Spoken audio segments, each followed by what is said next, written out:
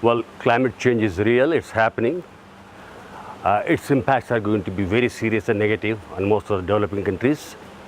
Globally, 750 million people do not have access to safe drinking water.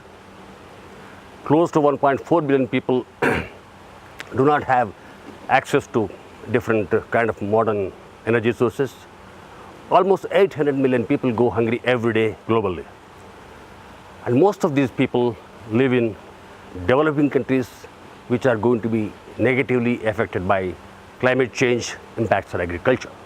Well, climate change and agriculture are interrelated at a global scale, at a national scale, at the regional level.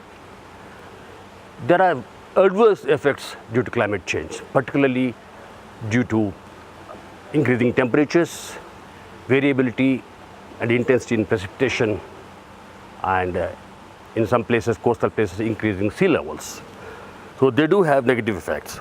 The future climate changes are going to be very seriously affecting crop production in low latitude countries where huge population of the globe lives, particularly Africa and Asia. Well, tackling the climate change issue is the greatest challenge to all of us globally. In some countries, the negative impact is going to reduce the crop yields by 50% in Pakistan. Even 1 to 2 degree increase in temperature is going to reduce crop yield by 15 to 20%. So it's the greatest challenge. The challenge for the policymakers and farmers is to get adapted to the changes in climate, coming with solutions. In this aspect, the research and innovation plays an important role. The policymakers should give focus and importance to these issues and make farmers aware, educate, and make them adapt for the changes.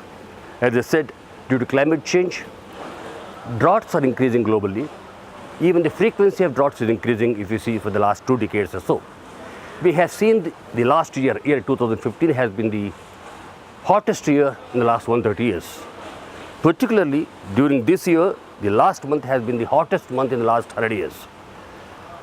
If I had to talk about climate change impacts, there is no other region more pertinent than this Deccan Plateau in Telangana state, which is mostly drought-prone, rain-fed areas. From policy side, there have been certain initiatives from the government side. For example, the recent initiative with the state government of Telangana, renovating and regenerating the tanks. There are about close to 45,000-50,000 tanks in the state. Basically, the initiatives involve desilting of tanks, making the feeder channels free to come upstream waters, making farmers educative, basically bring back the old culture of participative management, because tank played a vital role, particularly in the South Indian villages and rural scape. And it is expected to really increase agriculture productivity to combat droughts which are happening due to climate change.